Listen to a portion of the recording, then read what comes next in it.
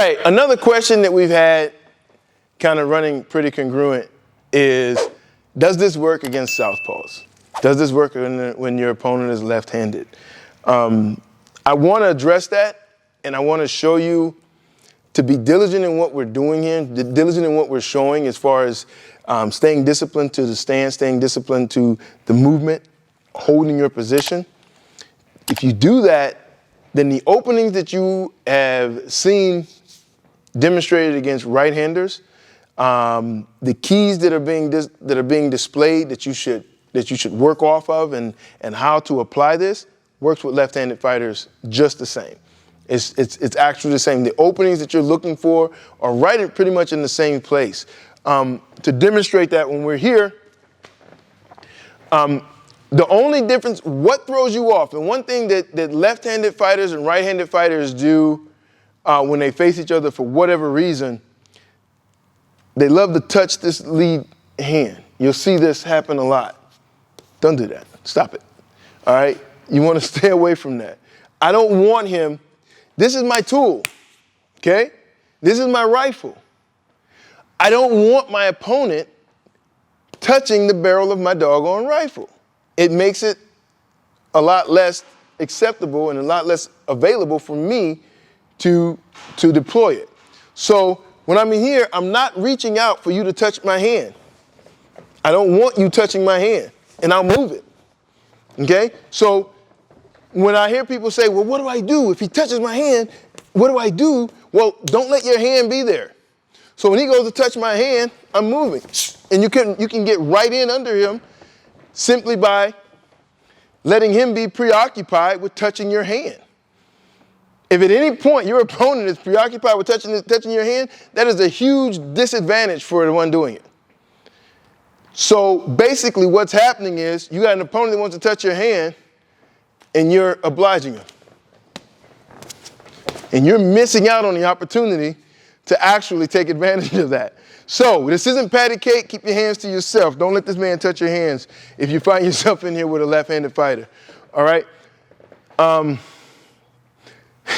Because honestly, when I see it, and it happens so often, I cringe. I'm like, why do you keep doing that? I don't know where this started from.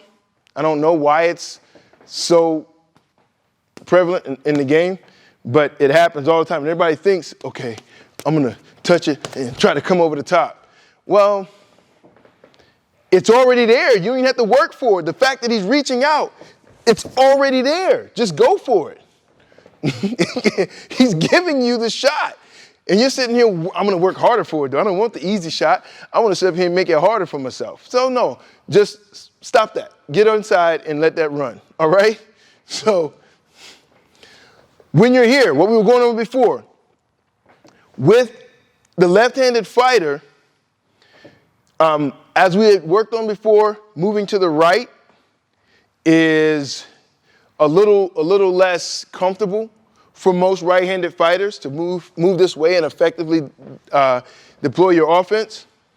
But it is there a lot against left-handers. So to make this simple, when you're here, to make a simple step towards your right allows you to get right inside with the gap. Now, you want to be conscious not to bring this foot so wide when you do it, because now you're trading left hands, and his left hand is his power hand, so you don't want to do that. Okay, so you want to be conscious of where your foot placement is and where the advantage is when you move over. So when I step over here, it's not a big step because the big step takes longer. So when I make this huge step and have to step and reposition and then get in, by that time he's already figured out I'm not there, and he's starting to counter that. And you're going to find yourself either getting caught with a shot or missing the target because he moved. Okay, you're giving him that opportunity.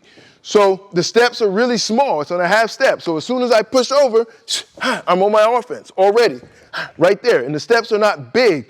I can get from here to here on a half step. And now I've actually bisected his feet and allowed myself to find the target that I'm looking for before he even realized I've moved. If I make this step if I make this move longer and I'm over here and I come back, he's already moving before I deploy my offense. So you want to stay away from that. You want to make the steps quick and precise and move. So when you're moving properly, without using your shoulders to move, you're moving properly from here, you can deploy your offense extremely quick, extremely fast. Okay? So it works on both sides. Let's say I do get to the outside. I get my feet to the outside here, it's the same thing. I'm right here. If I can get here, now, the cool thing about getting to the outside here, when I step over, it's more comfortable for me as a right-hander to move that way, but also it opens that right hand once I can get to the outside. Okay? So when I'm here and he wants to be aggressive, he comes forward, whatnot, I move here. Now, from here, you see where I am. I'm in my position here. I can leave this a little bit here. I come right over with the right hand and I'm back out. Okay? It opens up. So if his aggression is in a straight line coming, then you're here.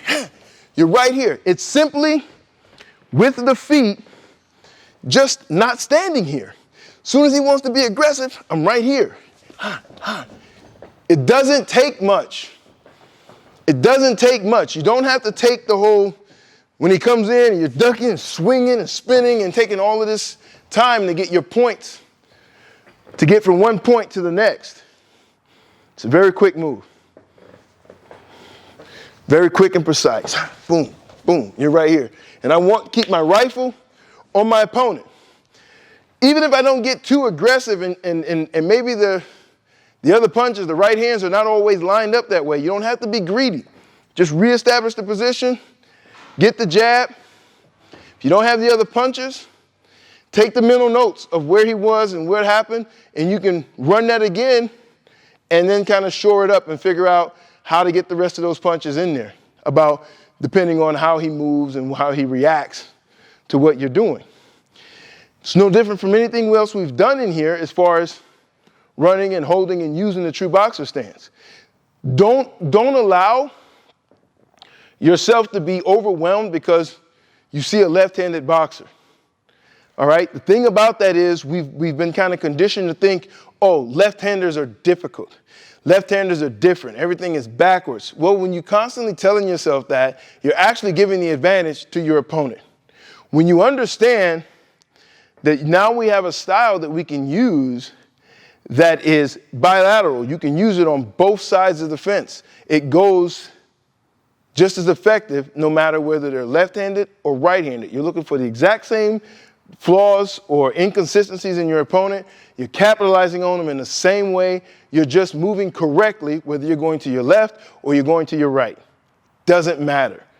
Just stay focused, see the opponent in front of you, keep your elements of your stance and your balance in place, and you'll see how effective it is once you start to deploy it. There are openings on both sides, so don't allow that to get in your head and kind of discourage you when you see left-handers and you start working at a slower pace. It works on both sides.